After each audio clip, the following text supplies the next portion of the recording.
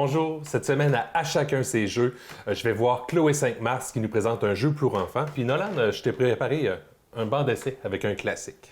Parfait. Moi, il va y avoir un jeu d'Halloween présenté par Marc Fournier. Puis je commence tout de suite avec un jeu de chat avec Bruno Fortin. Bonne émission.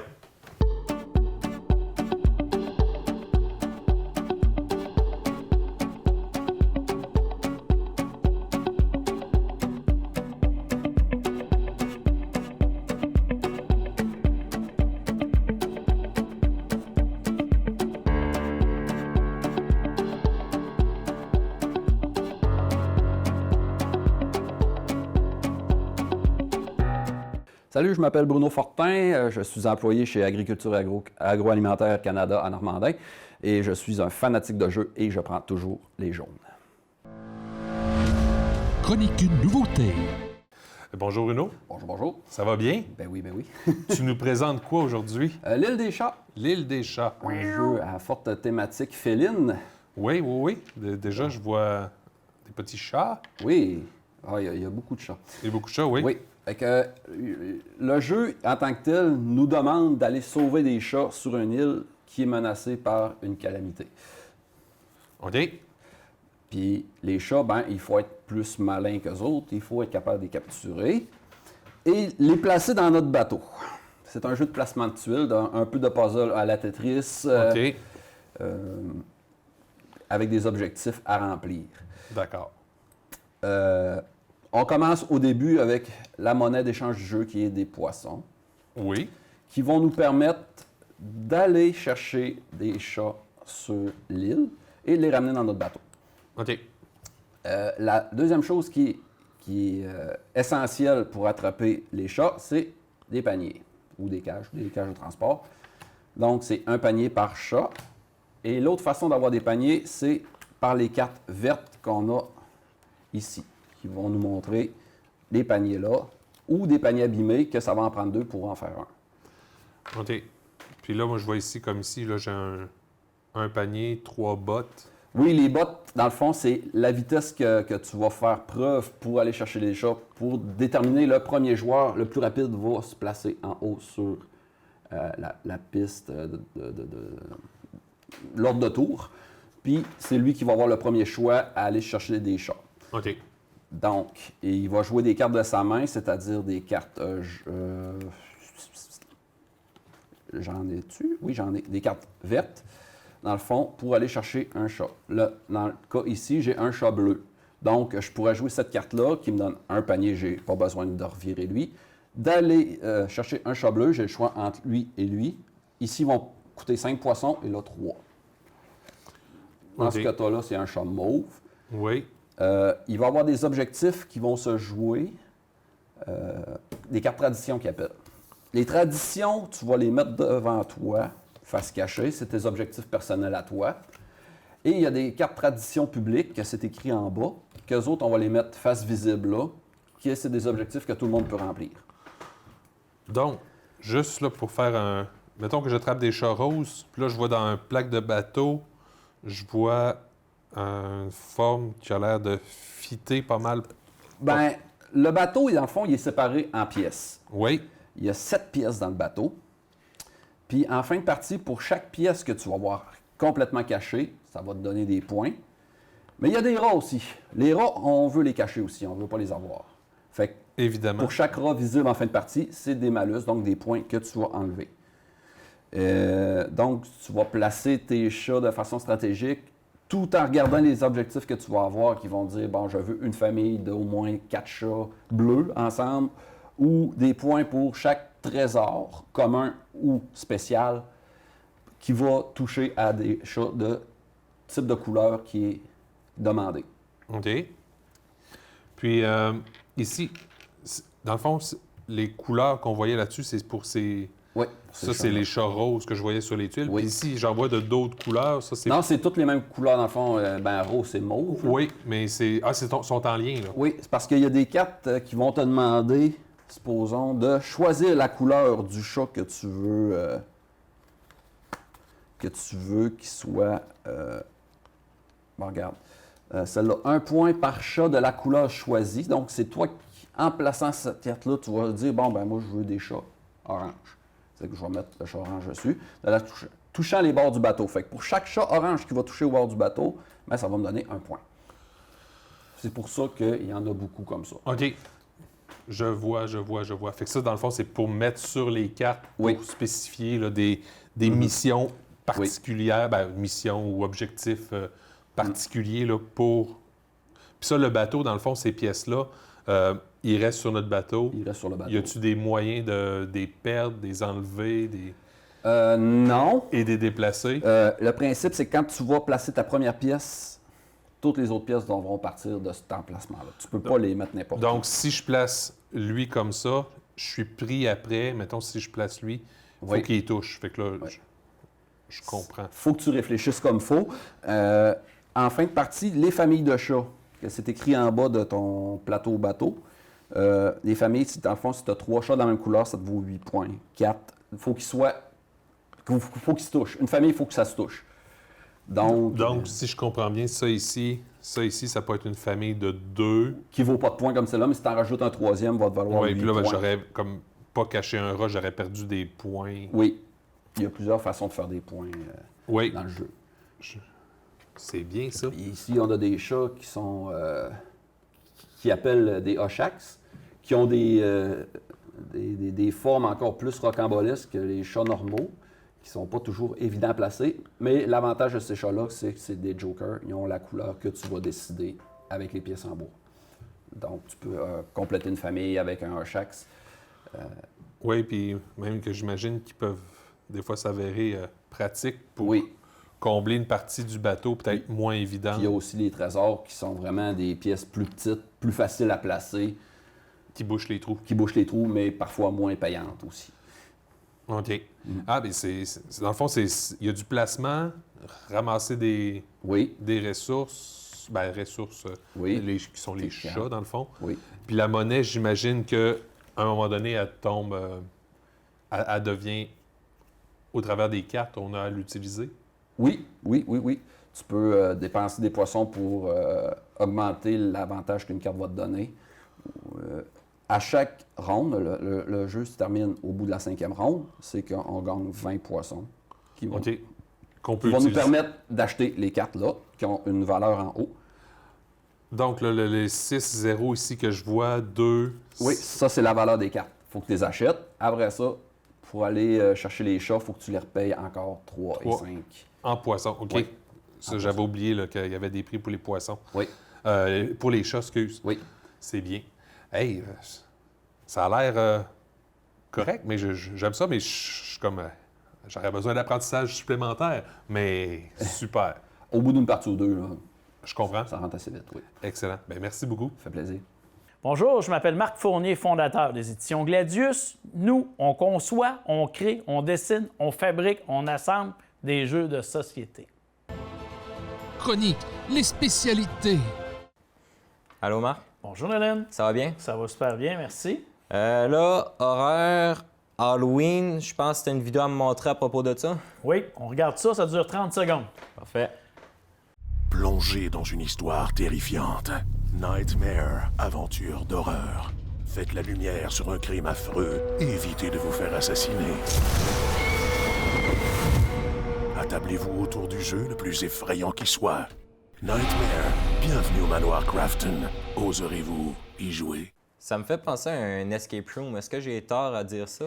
Ben, c'est un mélange de jeux un peu d'évasion, pas de jeu d'évasion, mais d'intrigue, d'enquête. C'est pas un meurtre et mystère, c'est pas un drame et enquête, c'est pas un jeu d'évasion, mais c'est un jeu dans lequel, que ça prend une application télé aussi pour y jouer. Donc, la télévision, on est en interaction soit avec la télé ou l'ordi ou un téléphone intelligent. Idéalement, un bon portable ou une télévision. Ça, c'est l'idéal parce qu'on va avoir des indices là, ça va nous dire quoi faire.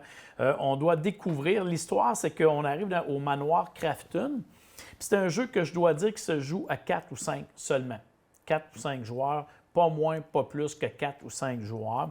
Et chacun des joueurs interprète un peu, entre guillemets, un des 5 enfants Crafton. OK? Il y a 5 personnages. Si vous êtes 4, il y a un joueur qui va en prendre 2. C'est écrit 4 joueurs qui doivent jouer 2 rôles. Et là, c'est que, là, 25 ans, nos parents, à peu près, ont été assassinés. Donc, il y en a un de la gang qui dit on se réunit, j'ai des indices, je sais qui a tué nos parents. Donc, on se retrouve tous dans le manoir et on va se promener, on va visiter le manoir pièce par pièce. On va découvrir ici avec les tuiles et les applications. On va décider ensemble où est-ce qu'on va à la cave, au sol, tout ça.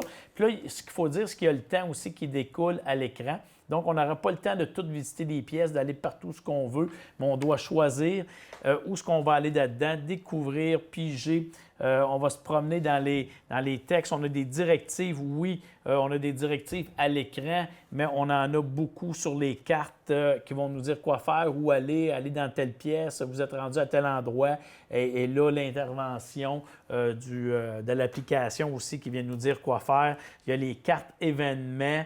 Évidemment, il va y avoir la conclusion, tout ça qui est assez surprenante, à laquelle on ne s'attend pas. Puis là, j'ose pas trop en dire parce que je ne veux pas briser de punch, mais c'est un nouveau genre de jeu de société. Il n'y a rien réellement comme ça. À l'époque, il y avait Atmosphere, qui les plus âgés vont se rappeler, qui était un peu simili-semblable, mais c'est beaucoup mieux fait, c'est l'évolution, c'est vraiment un jeu d'enquête, d'intrigue, tout ça, où il faut trouver l'assassin de nos parents. Nightmare, excellent à jouer, oui, à l'Halloween, mais pas juste à l'Halloween. N'importe quel temps de l'année, créer l'ambiance dans votre cave, dans votre sol, dans une pièce. Vous tamisez un peu l'éclairage, vous pouvez allumer des chandelles, tout ça. 4 à 5 joueurs, n'oubliez pas le portable ou la télé intelligente, ou ça prend vraiment l'application pour jouer avec ce jeu-là. Mais excellent choix. Si vous aimez essayer des choses différentes, Nightmare, c'est le premier d'une collection. C'est les mêmes inventeurs qui ont créé les escape rooms, les jeux d'évasion. C'est la même entreprise. Comme tantôt, si ça te faisait penser à ça, on peut revoir là-dedans un peu les liens qu'il y a avec ça.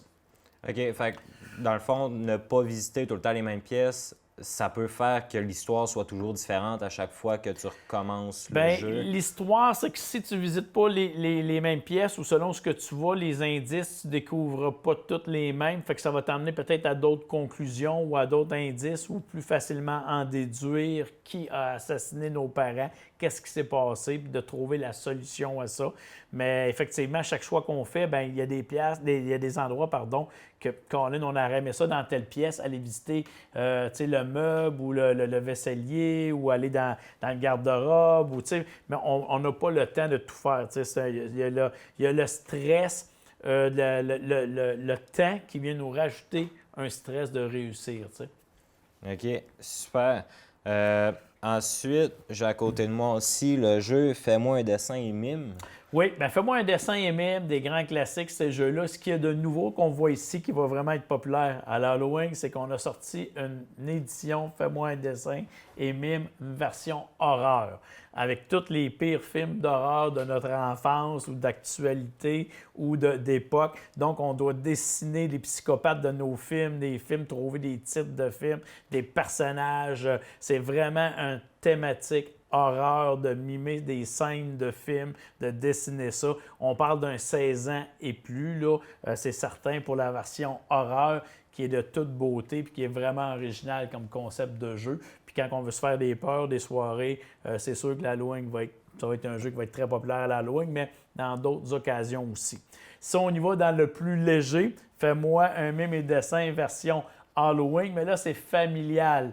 Donc là, ça va être des dessins, des mimes pour la famille. Souvent, l'Halloween, les cousins, les cousines, les amis, on a 4, 5, 6 enfants avec nous. On veut animer ça où il pleut, il fait moins beau pour l'Halloween, on va animer avec ce jeu-là aussi. On peut profiter du fait que les enfants sont déjà déguisés, fait qu'on peut donner des points supplémentaires si les enfants sont déguisés, etc. Mais vraiment, l'année passée, on avait sorti Fais-moi aimer mes dessins version Noël qui a connu un vif succès. On en a manqué rapidement. Donc là, cette année, on s'est dit on réplique avec l'Halloween pour les tout-petits, puis la version plus ado et adulte avec la version horreur. Et dernier jeu, oui. Zombie. Zombie Attack qu'on a sorti il y a 2 ans. un petit jeu qui se joue très bien aussi le sort de l'Halloween ou n'importe quel temps. C'est un petit jeu de stratégie où ce qu'on doit zombifier les personnages des autres joueurs. Donc, c'est un jeu qu'on va attaquer les autres joueurs. Les joueurs vont se défendre avec des vaccins ou en tuant les zombies avec des armes. Donc, on parle d'un petit jeu plus stratégique, un petit jeu de cartes différent complètement là, des autres jeux qu'on vient de parler. Mais si vous aimez les petits jeux à thématique un peu plus horreur, mais il n'y a aucune violence quand même dans ce. C'est pas traumatisant, mais on dit 9 ans et plus pour ce jeu-là, qui est un jeu de cartes amusant et avec un peu de stratégie également là-dedans. OK. Puis, ben, horreur, dans le fond, je voyais quand même à l'arrière un bras qui était manquant du corps. Oui, mais mettons que les dessins ne sont pas dans le réaliste. Il y a un peu, c'est pour ça qu'on dit 9 ans et plus. Mais c'est ça, petit jeu de cartes diversifiant, différent de ce qu'on est habitué de voir aussi. Là. Massacre à la tronçonneuse, ça, il y a une jambe d'arraché, tout ça. Un peu, si vous aimez les films de zombies, puis c'est personne un peu Walking Dead, tout ça, vous allez vous retrouver avec ce jeu de cartes-là, Zombie Attack.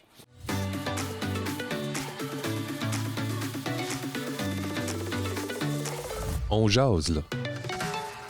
La MRC de Maria-Chapdelaine regorge de personnes incroyables qui ont façonné nos vies, notre culture et notre territoire. Voici de longues entrevues intimistes menées par Pierre Turcotte avec quelques-uns de nos joyaux qui nous parlent de leur parcours et de leur réalisation.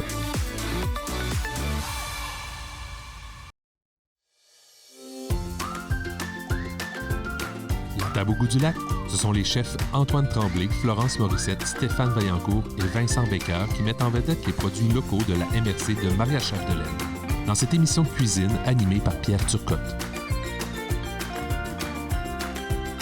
Bon appétit! Bonjour, je m'appelle Chloé Cinq-Marche, je suis enseignante au primaire et maman de 2 petits garçons. Je suis une passionnée de jeux de société, particulièrement ceux pour les enfants, parce que je crois que ça permet de développer une multitude d'habiletés et de compétences chez nos tout-petits. Donc, je vais venir vous présenter toutes sortes de jeux adaptés pour vos enfants. Chronique pour les enfants! Bonjour Chloé. Salut Sébastien, ça va bien? Oui, ouais, on a pensé à la même question. Ben oui, on dirait qu'on se parle puis qu'on se coupe, mais c'est pas grave ça.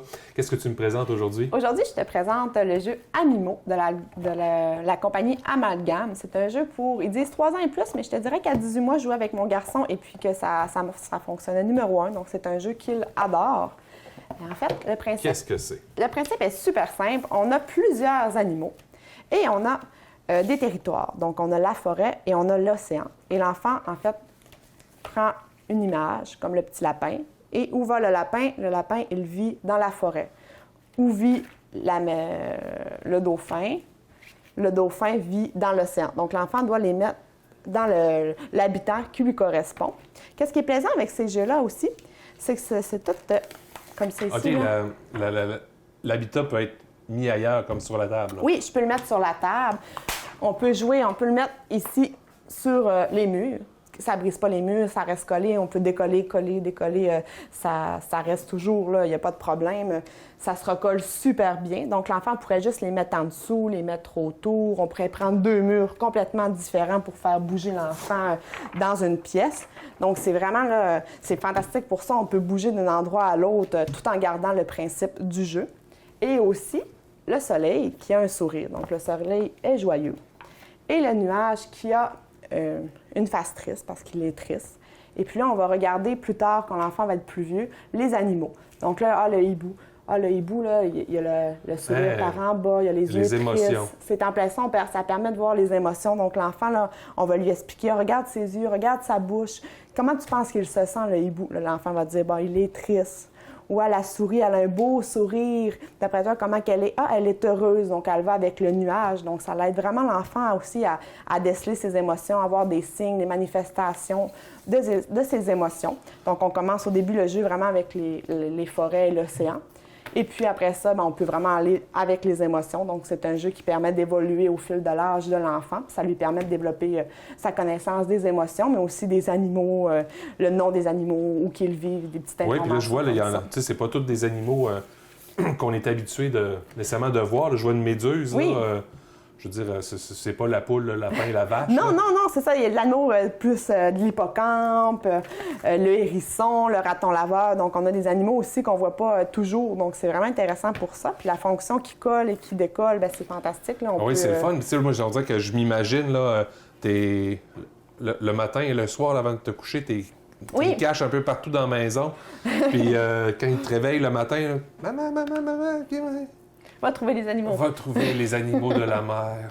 Là, tu peux dormir encore 10 minutes de plus. Hey, moi, ça, je vois. Hey, ça aurait été gagnant. Mais là. souvent, là, nous, on met des murs à l'opposé, là, un de l'autre. Donc, il peut vraiment, là, il court vers le mur qui correspond à l'animal que je vais lui donner. Puis là, lui, ça l'amuse parce qu'il peut courir dans la maison. Il va se promener d'un mur à l'autre. Ça lui permet de dépenser l'énergie de sa journée. Puis en même temps, ben, il apprend des petites connaissances sur les animaux et tout ça. Donc, c'est plaisant pour ça. Là. Ça développe une tonne de choses. Puis il y a 2 ans. Puis depuis 18 mois, il joue avec les habitats. Les émotions, il y a plus de la misère encore. Là. C'est sûr qu'il y en a qui sont pas toujours évidents. Mais ça, plus il va Ben, je veux dire, venir... c'est quoi l'expression faciale d'un hippocampe? Là? Tu sais, moi, Ouais, c'est plus dur un peu. Mais souvent, je vais l'imiter. Tu sais, quand je vais lui montrer le dauphin, là, je vais faire un sourire pour l'aider à déceler parce que juste sur l'animal, des fois, c'est plus difficile à 2 ans. Là. C'est sûr que c'est plus difficile. Tu sais, il y en a que... C'est bien, Les ça. images, c'est plaisant, sont colorées. Là. C'est vraiment de la qualité, là, ce jeu-là. Là. Je l'ai pris à la galerie du jouet, là, puis c'est du gros plastique de qualité. Là. C'est plaisant. C'est environ une dizaine de minutes parce que souvent, on va pas tout passer les animaux. Donc, on va en faire un qu'un carton. OK, là, je vois, tu sais, on joue à d'autres choses. Ils aiment ça changer souvent de jeu. Donc, ça sert Fait super qu'après une bien. partie, c'est assez. Oui, après une partie, là, je te dirais qu'on fait soit une journée qu'on fait les habitats, soit qu'on fait les émotions. Puis la journée d'après ou la prochaine partie, on fait l'autre format, en fait. C'est comme ça que ça permet de faire plus de variété aussi. Là. C'est bien, ça. C'est bien. Puis ça dure... Est-ce que ça dure longtemps? Je veux dire, là, tu me parles de ton enfant de 2 ans. Bien, moi, on joue depuis 18 mois. Bien, depuis qu'il a 18 mois. Et puis, ça, il y a 2 ans. Puis là, je vois les émotions et tout ça. Là, je me dirais que les émotions, peut-être qu'il va pouvoir continuer à jouer jusqu'à 3-4 ans. Puis, d'après moi, plus vieux que ça, vers 7-8 ans, ça commence à être vieux là, pour jouer à ce jeu-là. J'imagine. Ça devient plus de décoration dans la chambre. Là. Puis, on pourrait aussi le modifier. On pourrait imiter l'animal, essayer de le deviner, quel animal que je suis. Ah, OK, super, tu l'as trouvé, va le coller. On pourrait faire toutes sortes de jeux aussi, là, imaginer des jeux avec ça. Parce que lui aussi, des fois, là, son plaisir, c'est... Il va les faire parler ensemble, il va les coller sur le mur, il va juste faire... des figurines. Ça devient des figurines qui peuvent être collées d'une place et d'autre. Donc, il y a vraiment une façon de jouer différemment. Fait que, dans le fond, ça se joue avec le parent quand on veut vraiment l'idée, le vrai jeu. Oui. Mais le jeu a du potentiel pour que l'enfant s'amuse seul Oui, l'enfant aussi. peut jouer tout seul. C'est sûr que pour valider les réponses, par exemple, s'il va mettre le lapin dans l'océan, ben, s'il joue tout seul, il ne pourra pas savoir que c'est pas bon. Fait que il faut un parent pour l'orienter dans ses réponses et tout ça. Mais sinon, le jouer avec les figurines, les coller partout dans la maison, juste ça, l'enfant, il peut jouer tout seul, puis il a du plaisir. Puis ça ne demande pas une grande validation ni une grande participation du parent. Le parent peut être à côté, OK, par exemple, j'allaite mon bébé, puis là, je le vois qui court, ben, même si je ne suis pas tout de suite à côté de lui, je le vois s'il a la bonne réponse ou non, puis il s'amuse autant que si je serais assis à côté de lui. Là. Donc, c'est vraiment un jeu qui passe partout, puis ça sert super bien. La boîte est tout petite. Oh oui, puis ça prend pas de place. t'as pas peur non plus de perdre de petits morceaux dans... Non, puis ça joue aussi dans le bain. Donc, ça peut être collé dans le bain, ça peut aller dans l'eau, puis ça se brise pas. Là. C'est super solide. Là. Hey, c'est excellent, ça. Eh bien, merci beaucoup, Chloé. Merci à toi, Sébastien. Puis, on se revoit une prochaine fois. À une prochaine fois. Bye-bye. Un banc d'essai. Bonjour Sébastien. Salut, Nolan. Ça va bien? Oui, toi? Oui, super. Là, on va jouer à Joke Romy. À Romy. Romy, excusez, pardon. Ah, pas de problème. Pas de problème. Hey, on joue à Romy. Ça, là, j'ai tellement joué à ça avec ma grand-mère puis ma mère quand j'étais jeune. Ma grand-mère était pas battable. Elle trouvait toujours des solutions. Mais c'est ça, c'est un jeu, un beau classique là, de mon enfance. Je sais pas si toi, tu as joué chez vous. Oui, on joue quand même assez régulièrement avec mes parents puis mon frère aussi. 12, 13, 14... Oui, c'est ça, hein? Parler en comptant, là, c'est pas facile. Plus difficile, oui. C'est ça. Fait que, dans le fond, c'est un peu comme des cartes, hein, ces tuiles-là. Le but, c'est de faire des suites puis des séries. Oui. OK? Des séries de la même couleur, des suites de la même couleur ou des séries avec des couleurs différentes. Oui. Puis, de placer ça sur le jeu. Puis, une fois que c'est placé, ben, tu les utilises. Une fois qu'on n'a plus rien sur notre plateau, on gagne la partie. On va voir qui commence. Le plus bas? Parfait. J'ai 8. 8 aussi. Bon, c'est ça. Oh, je pense que j'ai le plus haut. J'ai 13. Parfait. On commence, on brasse. Hein? Parfait. Puis moi, ben, vu que je peux pas jouer, je vais piger. Tu vas piger Ça, des fois, au immédiatement. début de partir, en partie, ça peut être long parce que Quand tu peux pas sortir avec 25, comme je vais le faire en ce moment, 25 ou plus, Eh c'est oui. plus difficile. une espèce de petit... Mais c'est pas grave, je suis pas un mauvais perdant. Ou Non. presque. Mais là, j'ai pigé, fait que c'est à toi. Donc là, ça, c'était ma suite. Puis je vais même remettre pareil. Et puis, j'avais oublié mon œuf juste ici. C'est à Bon, toi. il oublie des choses. Là, c'est à moi, je joue, je m'ouvre et que je peux jouer aussi sur ton truc. Puis là, ça fait pas bien parce que je suis pas capable d'utiliser ton jeu encore plus pour jouer, mais c'est pas grave. À toi. Ben, moi, tu m'as quand même beaucoup aidé. Je vais venir mettre mon 1 là et mon 1 là parce qu'il peut aller après le 13. Mais on peut pas repartir avec Non. la suite. Exactement. Tu me laisses jouer? Oui, c'est à toi. Excellent. Puis ça, là, en début de partie, il n'y a pas grand-chose qu'on peut faire, tu sais, parce qu'il n'y a pas encore beaucoup de jeux d'ouvert, là, mais moi, plus ça avance, là, quand on commence à pouvoir faire des gros déplacements, là, je commence à triper. C'est à Après toi, ça, j'ai pigé. mélanger tous les jeux pour que ça... On complique la tâche aux autres un peu. Ah, ben ça aussi, là. J'ai pigé aussi. 2... Encore, là, je suis en train de me reconstruire un jeu, là. Oui, moi aussi, je pense que je vais me rendre à 14 encore. Et hop, je pige. Puis là, tu devrais être capable de jouer quelque chose ou pas? Pas encore. Pas encore. Bon. Ben, c'est pas grave parce que moi, je vais faire quelque chose. Hein? On va y aller comme ça. Ici. Ça, ce qui est le fun, justement, à plusieurs, c'est que on est quand même capable de jouer avec plusieurs autres jeux. Tu sais, comme là, on vient de piger 4-5 fois. Puis à plusieurs, c'est rare qu'on vienne piger autant de fois que ça. Oui, puis c'est vrai qu'on peut jouer jusqu'à 4 joueurs, puis ça change un peu la dynamique. Oui. Parce que tu arrives, puis des fois, tu planifies, puis tu fais « Ah, tu peux plus », puis Ça vient de ça fait tout débloquer le changer. jeu. Oui. Mais non, à 2, des fois, ça prend du temps avant que ça débloque. Mais quand ça débloque, par exemple... Oh, tu sépares. Oui, je viens séparer tant qu'on... C'est bien ça, tant qu'il y en a Oui. 3, on peut... Tant qu'on a 3, puis moi, ben, je suis comme reconnaissant, c'est à mon tour. Hein? Oui. Parce que maintenant, moi, je peux venir jouer ici. Hein? Parce qu'il y a comme 2 tuiles de chacune des choses, puis il y a 2 bonhommes. Moi, j'appelle ça des bonhommes, je sais Oui, pas toi. nous aussi, Oui, des bonhommes. bonhomme, 20 jokers qu'on peut venir voler à tout moment dans Oui. la partie. En le remplaçant par ce qui est là-dessus. Oui. Fait que c'est pas plus compliqué que ça, le remis. Hein? Donc, non, c'est vraiment simple. Et puis là, je viens de remarquer que ça ne le fait pas. Bon. T'essaies de me sortir ça d'en face. Oui, Fait ça qu'avant a que je pas commence à te fonctionné. traiter de tricheur, là, on va arrêter ça là. Parfait. C'est bon? Oui. Salut! Salut.